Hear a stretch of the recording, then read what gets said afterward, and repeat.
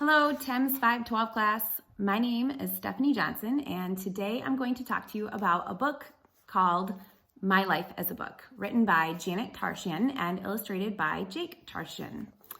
How many of you have ever had that student in class who will only read the Diary of a Wimpy Kid books? Every year I have this struggle with several of the readers in my classes. It's wonderful that they found a series they enjoy, but after a while they run out of books to read and they're stuck, or they think that they will only enjoy books in that particular series.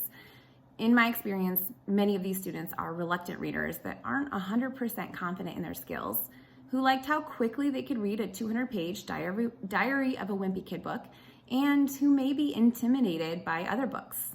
Enter My Life as a Book.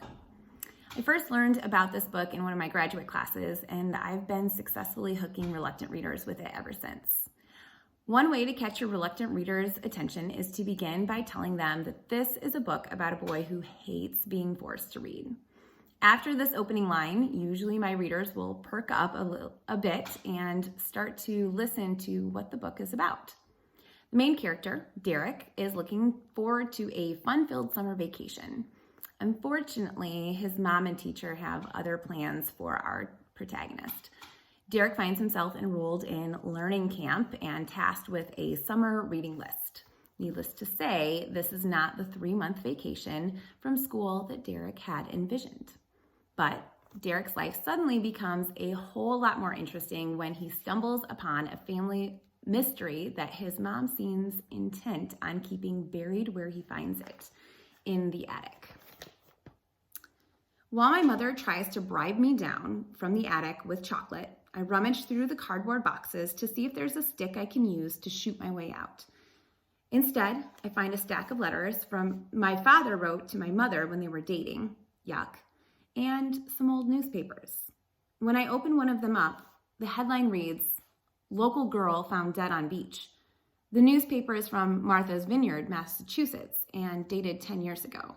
I have to do the math in the dust with my finger.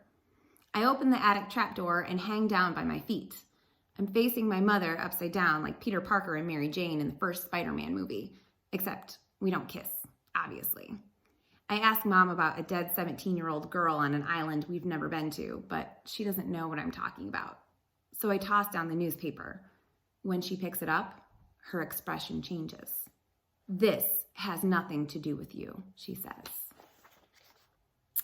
Derek's mom's attempts to keep the secret of the mysterious drowning on Martha's Vineyard make Derek work even harder to uncover the truth. Who was this girl? What does her death have to do with Derek's family? Why won't his mother talk to him about it? Over the next few months, Derek goes to great lengths to find out what really happened, occasionally getting into some hot water along the way. This book is both funny and deep, with an ending that will reveal the ripple effects of a tragedy and pack an emotional punch for the reader. Many students will identify with Derek's good-natured hijinks, his preference for action over academics, and his struggles with reading. Another reason I absolutely love this book is that author Janet Tartian teamed up with her teenage son, Jake, to create the illustrations for this book. He actually uses this technique in his own life. Basically, each page has a few mini illustrations of one of the vocabulary words on the page, which is a great way to support struggling readers and to add visual interest to the story. Not only that, but the addition of illustrations makes the block of text on each page smaller and less intimidating, which is a win-win in my students' books.